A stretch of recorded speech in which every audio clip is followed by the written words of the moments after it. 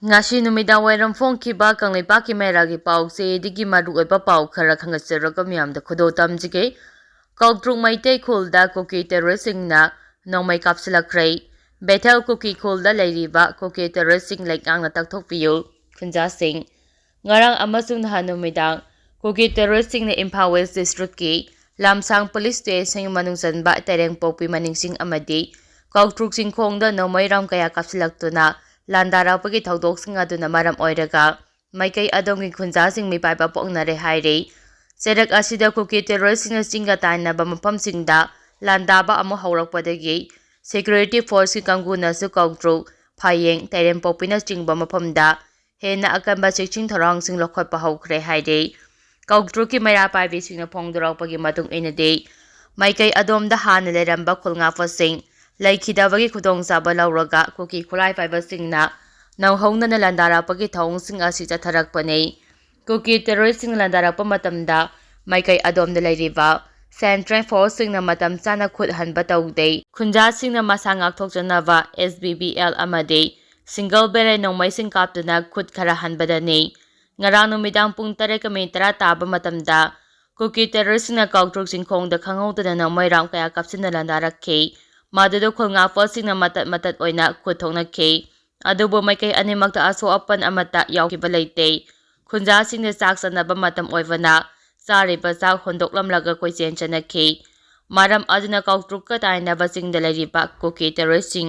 ase Manipur lengangna athuba matamda takthokpiyu haire mafam asida kuki khulai paiba terrorist paisinduna leibata natana bangkal kaya saduna leire haiba khangna haju fawa Manipur lengangna makhoibu phagatnaba amade takthoknabagi thaba amata laukhatana lwiriba ase thangnabada lwiriba meitei khulsingda ngaihak leitana landaraktuna micham hatnabagi maram ama oiragani haiba ase Manipur lengangna khangna laukhabam thaupa thabok laukhatpiyu haina su khunjasingna phongdorakle makha tarakpa pauda BSF ki personnel ama nongmai kapsinjaduna sijakhre ngasi ayupung 3:10 rom taba matamda BSF ki personnel ama matomda masagi service ganna kapsinjaduna sijakhre haire thaudo ase Kaksing Police Station gi manungsanna Kairak Damda leiba 126 Battalion gi A company da thokhibane laikhidraba BSF ki Harbidal adugi maming Chunil Kumar Huda kawe ma ki duty post leiriba nongmai kapnabagi khonjel ama takhibadagi atopa personnel singna changsinduna yengluba matamda nongmaina pambadagi siduna leirambane tungda police amade forensic science ki kangu laktuna yengsingkhre haire makha tarak poina pandam pause digi maru oiba pau khara khangatsaraga miyamda khudo tamjige Indo Myanmar ngamkhai gi demographic data ningthine lauba mathau tai Union Home Minister Amit Shah Indo Myanmar ngamkhai sambal ningthina khabagi thabak chathabada khodong chanaba Manipur Nagaland amade Mizoram yaungna India Myanmar ngamkhai gi demographic data ningthina lauba darkar oi haina Union Home Minister Amit Shah na phongdokhre Agatarada pangthokiba NEC gi humdragani suba preliminary session ge saruk ama oina ngarang pangthokiba Silongda base tawba Northeastern Space Application Center NESAC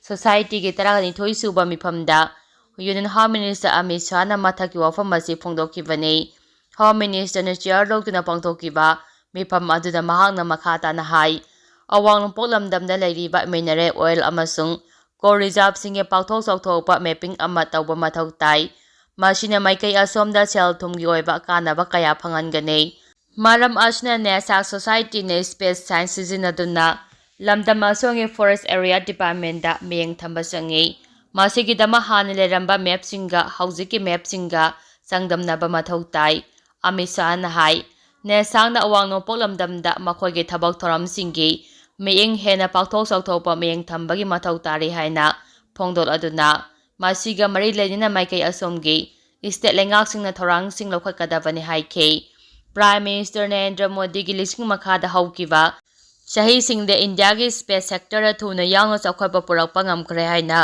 claim tawraduna RBI NABARD amasung MSME ga mari leinaba bank singna awang poklamdamda haukiba jai tara asida Peace Accord tara hena khoyek pinakhibaga loinana khulai paiba military lising tararom khulai thadok tuna changjarakhrei ꯍꯥꯏꯔꯤꯕ ꯆꯍꯤ 10 ꯑꯁꯤꯗ ꯍꯤꯡꯁꯥꯒꯤ ꯊꯧꯑꯣꯡ ꯆꯥꯗ 73 ꯍꯟꯊꯔꯛꯄꯒ ꯂꯣꯏꯅꯅ ꯃꯤꯆꯝ ꯃꯤꯌꯥꯝ ꯁꯤꯕꯒꯤ ꯆꯥꯡꯁꯨ ꯆꯥꯗ 43 ꯍꯟꯊꯈ꯭ꯔꯦ꯫ ꯑꯋꯥꯡ ꯅꯣꯡꯄꯣꯛ ꯂꯝꯗꯝꯒꯤ ꯃꯤꯑꯣꯏꯁꯤꯡꯅ ꯊꯦꯡꯅꯔꯤꯕ ꯒ꯭ꯔꯥꯎꯟꯗ ꯔꯤꯌꯦꯂꯤꯇꯤꯁꯤꯡꯒꯤ ꯇꯣꯉꯥꯟꯕ ꯐꯥꯏꯅꯥꯟꯁꯤꯌꯦꯜ ꯒꯥꯏꯗꯂꯥꯏꯟꯁꯤꯡ ꯁꯦꯝꯅꯕ ꯈꯪꯍꯟꯈꯤꯕꯒ ꯂꯣꯏꯅꯅ ꯌꯨꯅꯤꯌꯟ ꯍꯣꯝ ꯃꯤꯅꯤꯁꯇꯔ ꯑꯃꯤꯠ ꯁꯥꯍꯅ ꯕꯣꯔꯗꯔ ꯑꯦꯔꯤꯌꯥꯁꯤꯡꯒꯤ ꯑꯣꯏꯕ ꯀꯝꯄ꯭ꯔꯦꯍꯦꯟꯁꯤꯚ ꯁꯔꯚꯦ ꯑꯃ ꯆꯠꯊꯅꯕ ꯃꯔꯤ ꯂꯩꯅꯕꯁꯤꯡꯗ ꯄꯥꯎꯇꯥꯛ ꯄꯤꯕꯒ ꯂꯣꯏꯅꯅ NESAC ꯁꯣꯁꯥꯏꯇꯤꯅ ꯁ꯭ꯄꯦꯁ ꯁꯥꯏꯟꯁ ꯁꯤꯖꯤꯟꯅꯗꯨꯅ ꯃꯇꯝꯒ ꯆꯨꯅꯅ ꯍꯣꯡꯂꯛꯂꯤꯕ ꯆꯥꯎꯈꯠ ꯃꯌꯣꯟꯗ ꯑꯣꯟꯁꯤꯟꯅꯕꯁꯨ ꯈꯪꯍꯟꯈꯤ꯫ ꯉꯔꯥꯡꯒꯤ ꯃꯤꯐꯝ ꯑꯗꯨꯗ ꯗꯤꯕꯦꯂꯞꯃꯦꯟꯠ ꯑꯣꯐ ꯅꯣꯔꯊ ꯏꯁꯇꯔꯟ ꯔꯤꯖꯟꯒꯤ union minister Jyotiraditya M Scindia, ꯇ꯭ꯔꯤꯄꯨꯔꯥꯒꯤ chief minister doctor Manik Saha, ꯑꯁꯥꯝꯒꯤ ꯆꯤꯐ ꯃꯤꯅꯤꯁꯇꯔ ꯍꯦꯃꯟꯇ ꯕꯤꯁ꯭ꯋꯥ ꯁꯔꯃ, ꯃꯅꯤꯄꯨꯔꯒꯤ ꯆꯤꯐ ꯃꯤꯅꯤꯁꯇꯔ ꯑꯦꯟ ꯕꯤꯔꯦꯟ,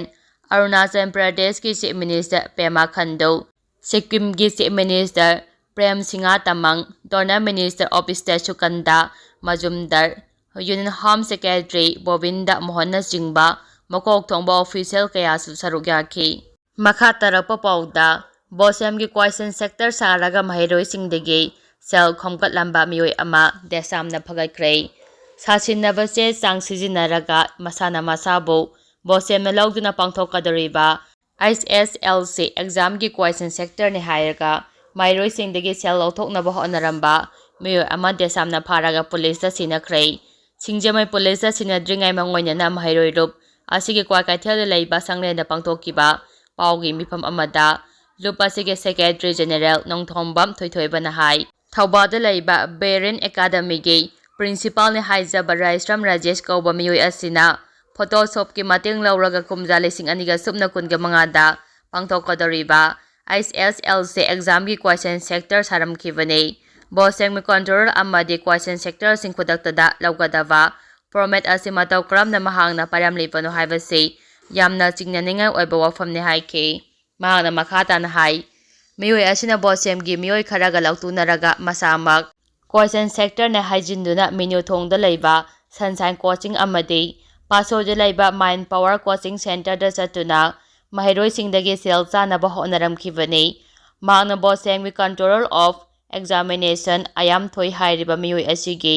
ꯈꯨꯌꯦꯛ ꯌꯥꯎꯕ ꯏꯪꯂꯤꯁ ꯑꯃꯗꯤ ꯁꯥꯏꯟꯁ ꯁꯕꯖꯦꯛꯀꯤ ꯇꯣꯈꯥꯏ ꯇꯣꯈꯥꯏꯕ ꯑꯦꯄꯣꯏꯟꯠꯃꯦꯟꯠ ꯑꯅꯤ ꯁꯤꯖꯤꯟꯅꯗꯨꯅ ꯑꯔꯥꯟꯕ ꯈꯣꯡꯊꯥꯡ ꯑꯁꯤ ꯆꯠꯊꯔꯝꯕꯅꯤ ꯍꯥꯏꯈꯤ꯫ ꯃꯍꯥꯛꯅ ꯍꯥꯏ ꯆꯍꯤ ꯀꯌꯥꯒꯤ ꯃꯃꯥꯡꯗꯒꯤ ꯂꯤꯁꯥꯡꯁꯤꯠꯅ ꯕꯣꯁꯦꯝꯅ ꯂꯧꯕ ꯀ꯭ꯂꯥꯁ 10 HSLC ꯑꯦꯛꯖꯥꯝꯒꯤ ꯀ꯭ꯋꯦꯁꯟ ꯄꯦꯄꯔ ꯂꯤꯛ ꯑꯣꯏꯕꯒꯤ ꯋꯥꯊꯣꯛ ꯂꯩꯔꯤꯉꯩ ꯆꯩꯔꯛ ꯑꯁꯤꯗ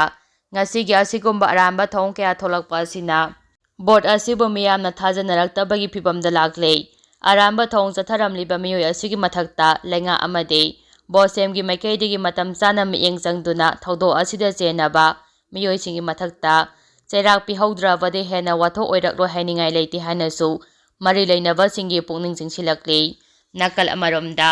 ꯕꯣꯁꯦꯝꯒꯤ ꯆꯤꯌꯔꯃꯦꯟ ꯑꯈꯥꯝ ꯖꯣꯏꯀꯨꯃꯥꯔꯒ ꯀꯨꯝꯖꯥ 2018ꯗ ꯒꯨꯋꯥꯍꯥꯇꯤꯗ ꯆꯠꯃꯤꯟꯅꯕꯒꯤ ꯈꯣꯡꯆꯠ ꯑꯃꯗ ꯆꯤꯌꯔꯃꯦꯟ ꯑꯁꯤꯅ ꯄꯨꯔꯛꯄ ꯀ꯭ꯋꯦꯁꯟ ꯁꯦꯛꯇꯔꯒꯤ ꯐꯣꯔꯃꯦꯠ ꯑꯗꯨ ꯃꯁꯥ ꯈꯪꯍꯟꯗꯅ ꯂꯧꯊꯣꯛꯂꯒ ꯁꯦꯝꯖꯤꯟ ꯁꯥꯖꯤꯜꯂꯕ ꯃꯇꯨꯡꯗ ꯑꯔꯥꯟꯕ ꯊꯕꯛ ꯑꯁꯤ ꯆꯠꯊꯕꯅꯤ ꯍꯥꯏꯅ ꯗꯦꯁꯥꯝꯅ ꯐꯥꯔꯕ ꯔꯥꯏꯁ꯭ꯔꯝ ꯔꯥꯖꯦꯁꯅ ꯃꯁꯥꯒꯤ ꯃꯔꯥꯜ ꯌꯥꯖꯈꯤ꯫ ꯄꯥꯎꯒꯤ ꯃꯤꯐꯝ ꯑꯗꯨꯗ ꯃꯍꯥꯛꯅ ꯃꯈꯥ ꯇꯥꯔꯗꯨꯅ ꯍꯥꯏ ꯀꯨꯝꯖꯥ 2025ꯒꯤ ꯑꯉꯟꯕ ꯁꯔꯨꯛꯇ ꯄꯥꯡꯊꯣꯛꯀꯗꯧꯔꯤꯕ HSLC ꯑꯦꯛꯖꯥꯝꯒꯤ ꯀ꯭ꯋꯦꯁꯟ ꯄꯦꯄꯔ ꯁꯦꯝꯕꯒꯤ ꯃꯇꯥꯡꯗ ꯆꯤꯌꯔꯃꯦꯟꯗ ꯍꯪꯂꯨꯕꯗ ꯍꯧꯈꯤꯕ ꯅꯕꯦꯝꯕꯔ 18-13 ꯑꯗꯨꯋꯥꯏꯗꯒꯤ ꯁꯦꯝꯕ ꯍꯧꯔꯦ ꯍꯥꯏꯕ ꯋꯥꯐꯝ ꯍꯥꯏꯔꯛꯄꯗꯒꯤ ꯃꯍꯥꯛ ꯃꯁꯥꯅ ꯃꯍꯩꯔꯣꯏ ꯈꯔ ꯐꯪꯅꯕꯒꯤꯗꯃꯛ ꯀ꯭ꯋꯦꯁꯟ ꯁꯦꯛꯇꯔ ꯁꯥꯗꯨꯅ